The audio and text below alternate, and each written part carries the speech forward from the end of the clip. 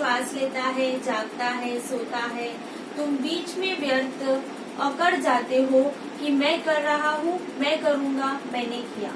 प्रत्युत मैं कुछ नहीं करता हूँ, मैं केवल देखता रहता हूँ। देखो, ये डॉक्टर बैठे हैं दोनों और ये कहते हैं कि हमने ऑपरेशन कर दिया और 7 दिन में इसके घाव को जोड़ देंगे। ये बड़ी भ्रांति है। तुम स्टिच कर देते हो 7 दिन, 8 दिन या 10 दिन में, और मैंने ठीक से कर दिया। अगर तुम करने वाले हो तो पोस्टमार्टम भी करते हो, तो उसमें फिर सिलाई कर दो, चीरा फाड़ी करके बच्चों को समझाकर ऑपरेशन करना सिखाते हैं, कैसे काटेंगे, कैसे सिलाई करेंगे। तो वो घाव कितने दिन में भरेगा? वो नहीं भर 10 दिन में नहीं भर। तुम तो भरने वाले हो, तुम तो करने वाले हो, तो जोड़ दो। तो ये हमारे हाथ में जोड़ना ये प्रकृति के द्वारा हो रहा है, लेकिन वो आदमी बीच में घुस के मैंने किया, मेरे द्वारा हुआ, मैंने किया, मेरे द्वारा हुआ। डॉक्टर ऑपरेशन के समय अंदर वो जो सर्जन है वो करता है और उसके असिस्टेंट लोग उसके साथ में रहते हैं। तो वो जो बाहर जाता है कोई काम के लिए कुछ लेकर, तो कहता है चिंता मत करो, मैं अच्छा ऑपरेशन कर रहा हूँ, हाँ अब इतना कर दिया, इतना बाकी है। वो अहंकार करते हैं, लेकिन सर्जन को अपना अहंकार नहीं करता है। तो जो ज्ञानी है वो सर्जन की तरह वो अहंकार नहीं करते हैं, लेकिन अज्ञानी जो है मैंने ये किया, मैं ये कर रहा हूँ। एक बच्चा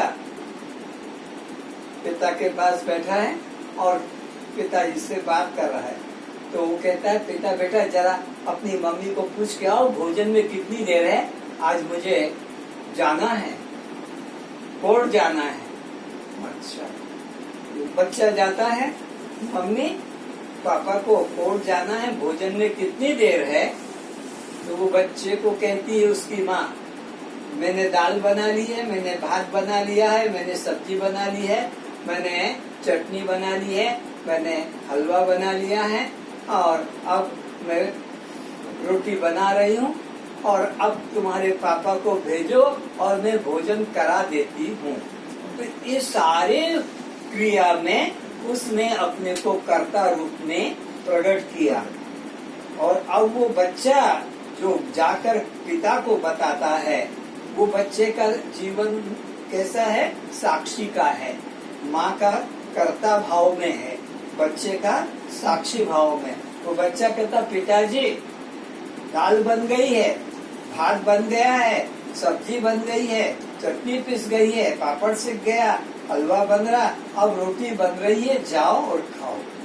किसी एक के साथ में उसने कर्तापना नहीं जोड़ा। और माँ ने पापड़ भी, चटनी भी, मैंने पापड़ सेक दिया है, मैंने चटनी बना दी है, मैंने भात बना दिया है, मैंने रोटी बना रही हूँ और उनको भोजन करा देती हूँ, जैसे कोई छोटा बच्चे को खिलाएगी वो पति को। लेकिन अब उनको भेजो, अब मैं उनको भोजन करा देती हूँ भोजन। तो अज्ञानी व्यक्ति हर क्रिया में अपने को कर्ता से जोड़ता है, ज्ञानी अपने को साक्षी रखता है। तो कर्म तो होगा, रोटी तो बनेगी, भात भी बनेगा, कपड़े भी धुलेंगे, लेकिन अब तुम वहाँ नहीं रहोगे। तो कौन नौकर करेगा ना? नौकर की जरूरत नहीं, कर्म होगा, तुम्हारे बिना कर्म होगा, तुम देखते रहना। कैसे? कपड़े धुल रहे हैं और अभी कोई पूछे क्या कर रहे हो, तो तुम कहते हो मैं कपड़े धो रहा हूँ, मैं बर्तन मांज रहा हूँ, मैं कर रहा हूँ ना। अब क्या करोगे? बर्तन मंज रहे हैं, अब तुम करता नहीं रहे। कपड़े धुल रहे हैं, अब तुम करता नहीं रहे, तुम साक्षी रहे। पहले क्या कहते थे? मैं धो रहा हूँ, कपड़े धो रहा हूँ, बर्तन मांज रहा हूँ, सफाई कर रहा हूँ, इत्यादि में तुम्हारा कर्तापन है। स्टडी कर रहा हूँ, पढ़ाई कर रहा हूँ, भोजन कर रहा हूँ या सो रहा हूँ। तुम सो रहे हो तो फिर तुम बोल कैसे रहे? सोने वाला बोल नहीं पाएगा। तो इस प्रकार से बर्तन मंज रहे हैं, कपड़े धुल रहे हैं, पढ़ाई चल रही है, आराम हो रहा है, तो मैं क्या बन गया? साक्षी। और कपड़े धो रहा हूँ, सिलाई कर रहा हूँ, भोजन बना रहा हूँ, तो तुम कर्ता बन गए। तो कर्ता हटाकर उस जगह तुम साक्षी बन जाओ, देखने वाले। काम सब होगा, काम रुकेगा नहीं, लेकिन एक काम तुमको बांधने वाला हो रहा था और वही काम तुम्हारे को मुक्ति वाला बन जाएगा। बांधने वाला कब था? जब उसमें तुमने अपने को कर्ता प्लस कर दिया, और वही कर्म होगा, लेकिन तुम मुक्त रहोगे कब? जब अपने को उससे चलो। यदि तुम करता हो तो तुमने अपने को कब बच्चे से किशोर एवं किशोर से युवा बनाया? तुम करता हो तो तुमने अपने को बूढ़ा, रोगी, मृत क्यों होने दिया? ये अब अपने पे विचारो। अगर तुम करता हो तो तुमने अपने को बच्चे से किशोर क्यों बनाया, और किशोर से तुमने अपने को युवा क्यों बनाया? अगर तुम करता हो तो तुम युवा से अपने को बूढ़ा क्यों बनाया? ये बाल सफेद क्यों होने दिए? ये आंखों पे चश्मा क्यों आने दिया?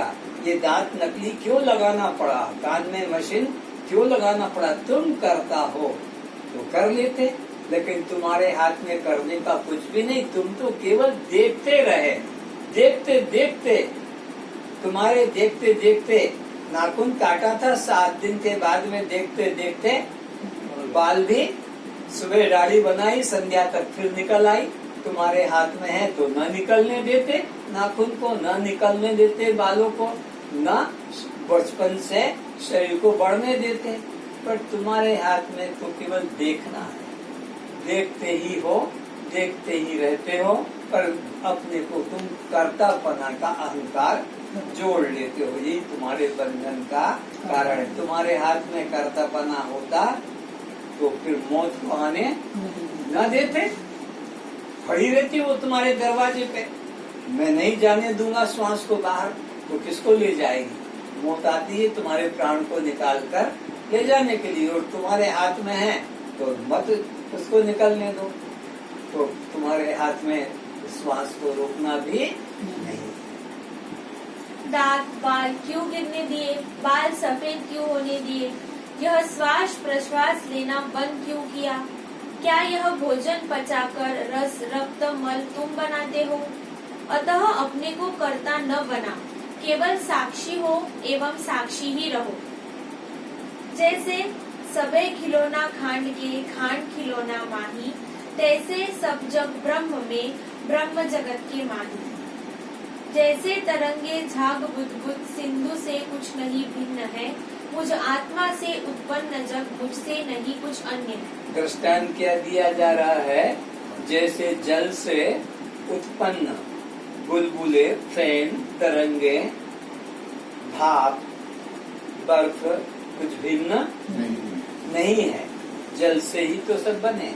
ऐसे ही मुझ आत्मा से यह सारा दृश्य जगत अलग भिन्न नहीं है। तंतु मात्रः भवेत् एव पटः यद्वत् विचरतः, आत्मनत मात्र एव इदं तद्वत् विश्वं विचारितम्।